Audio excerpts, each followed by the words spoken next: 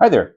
This is my first episode of Pissing into the Tide, which is my attempt at discussing current political events or world events in as brief a time as possible. And I'm going to fail today on my first episode when I talk about the Epstein files. I think there's something being missed with these Epstein files that we really need to talk about, and it has nothing to do with word counts. Off the bat, I am not surprised whether Donald Trump or Bill Clinton showed up in these files numerous times, and that's because well, geez, they were both going through a lot in the media, and we'll get to why the media matters. Um, of course, they were talked about.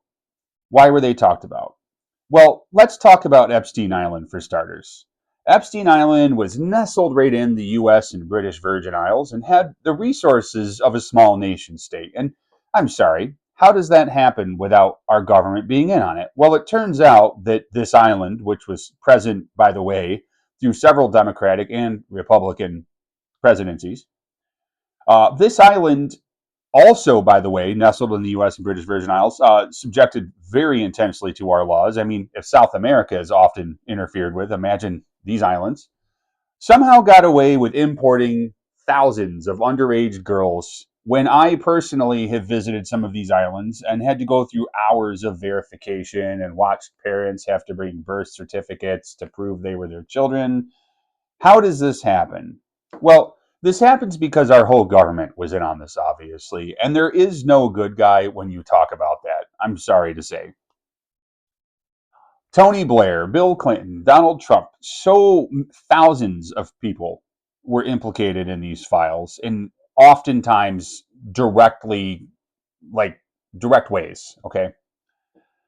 So it's not a surprise to me that Epstein Island existed. It's also not a surprise that it existed near islands where so many billion-dollar companies are headquartered to avoid taxes. This is all part of a larger systemic issue that we face. So I'm not really interested in talking about word counts because there's evidence of an entire system in place. Further, when the Me Too situation started in the 2010s, they were the same people that were on Epstein Island. They were the same people that we're seeing in photos today. So, how did this not come out earlier? How did people not talk about a private island where the rich and wealthy go to do terrible things? Well, we didn't talk about it because, side note, most of our media is run by like six people. You know, Bill Gates with MSNBC, Rupert Murdoch with Fox News. We've got social media platforms. Um, and so, when you think about all of our sources of information, they were on that island. And when you think about the people that report that information frequently, they were on that island, right? Walter Cronkite, for older folks, will be like, what? Was on that island. So many people that report the news to us were on that island. The narratives are set for us by these people. And it's no coincidence to me that when you look at the leftist media, you see a bunch of people from the right. When you look at the rightist media, you see a bunch of people from the left. And then there's this chasm of people that are on the list that neither side wants to talk about because who knows what the political blowback might be. All of that information is filtered and selected for us. And then you go online and you look at your daily summary on Google Chrome and you see all the news curated for you by a company that Sergey was on the list, right? So many of the rich and wealthy, Jeff Bezos with the Washington Post and with Amazon. You ever ask Alexa a question lately? Well, you're getting a curated answer. I'm sorry to tell you. We're on Epstein Island and we're directly involved with the information you saw. Okay? Why do I think this is important? Because a lot of people today are fighting about word counts and they're not thinking about the system that's bringing them the information and how that system is directly lined up and connected with Epstein Island. Now, I hope this isn't the point where you turn this video off, but here's an example. When you think of Zoran Mamdani, you think of the mayor of New York. You either think of a terrible, evil socialist who's going to bankrupt the city or, Aladdin who's going to ride in and clean up the city and fix some of the problems we have in our capitalist system. But you're probably not thinking of Mira Zaire, who is his mother, who was close personal friends with Jeffrey Epstein. You're probably not thinking about her parties with Jeff Bezos or with Bill Gates or the people that set the tone and narrative of everything you read. It's fascinating to me that no one's talking about his mother being an incredibly rich, connected member of the same elitist people that were on Epstein Island. Even more fascinating to me is that when this information came out, okay, there was an immediate parallel misinformation campaign showing a whole slew of AI generated photos with Zoran Mamdani and his mom hanging out with Jeffrey Epstein. And those were, in fact, AI generated fake images that were submitted to hundreds of news sites and talked about ad nauseum, almost like it was a distraction that was generated in mass to get us talking about something else, right?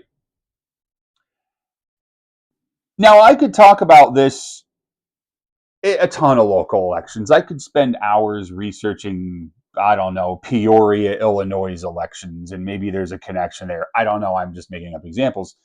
But what we have to recognize is that even the most liberal people that we've talked about are on connected to that list. Let's just say connected to that list and the resources on that list.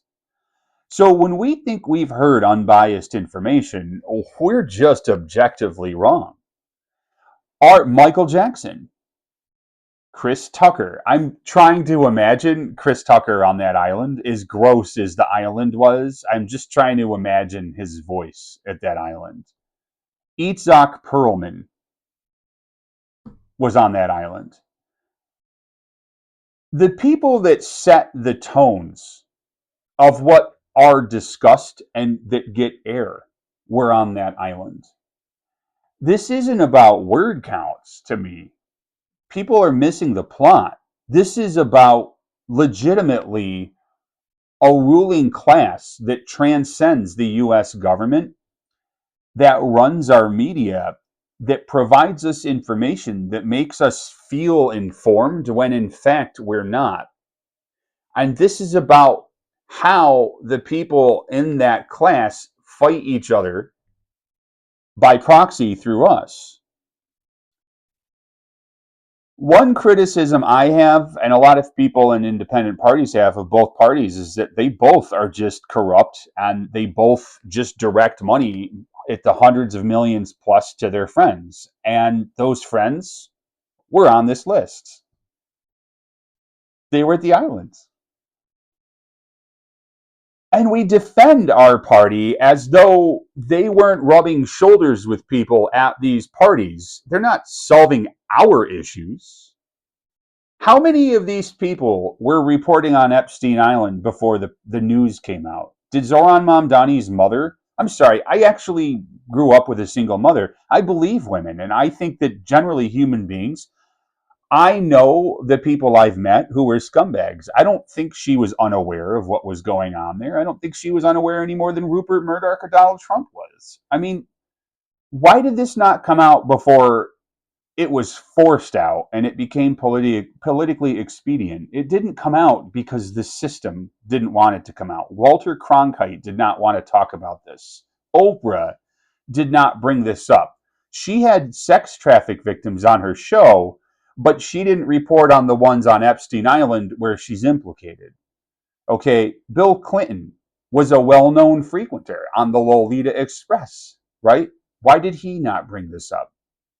Because the system has been protecting itself just fine. Thank you very much. When you look at the largest tax shelters in the world, those people that run those countries were at Epstein Island. That is where the rich and powerful live. Someone once said that there are like 500 free people in this world, and the rest of us are just employees. They operate on their own rules with impunity, and nobody thought to bring us that information. And I'm sure it has absolutely nothing to do with the fact that everybody that owns our media, that owns our social media, the truly influential people in our world, the Michael Jacksons of the world, okay, very influential man, sets a lot of the tone for us. These people, why didn't they come out with this information sooner? I would argue that it's because it would have devastated them and it would have removed their influence. It would have taken them out of the controlling class. So, in conclusion, I really don't care the number of times any one person showed up in those files. And I hate to say it, but if your opinion is, well, but Trump showed up so many times. He was a sitting president during an investigation. Of course he did. And I'm sure he's a scumbag because he was in this class of people, a class that chose to defend themselves over saying anything about this at all for decades. And it's a shame to me that the one person who came out and said something about it was Mel Gibson, who called all of Hollywood a bunch of pedophiles. He said some terrible things too about Jewish people, but he called it years ago and he was right out of the system. Wasn't it funny that that happened? So before you start thinking that the left or the right is the problem, understand that the left and the right are just two sections of the ruling class.